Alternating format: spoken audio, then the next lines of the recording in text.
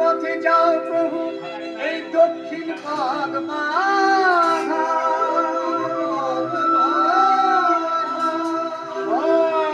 পথে যাও প্রভু, এই দক্ষিণ পথ বাধা।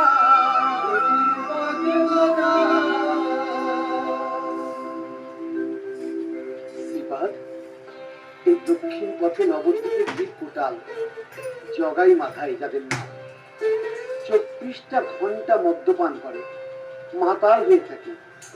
ব্রাহ্মণ পণ্ডিতদের প্ররোচনায় বৈষ্ণব অত্যাচারী, কত বৈষ্ণবকে অত্যাচার করেছে, কত বাবাজিকে প্রাণ দিতে হয়েছে দক্ষিণ পথের মাটিতে।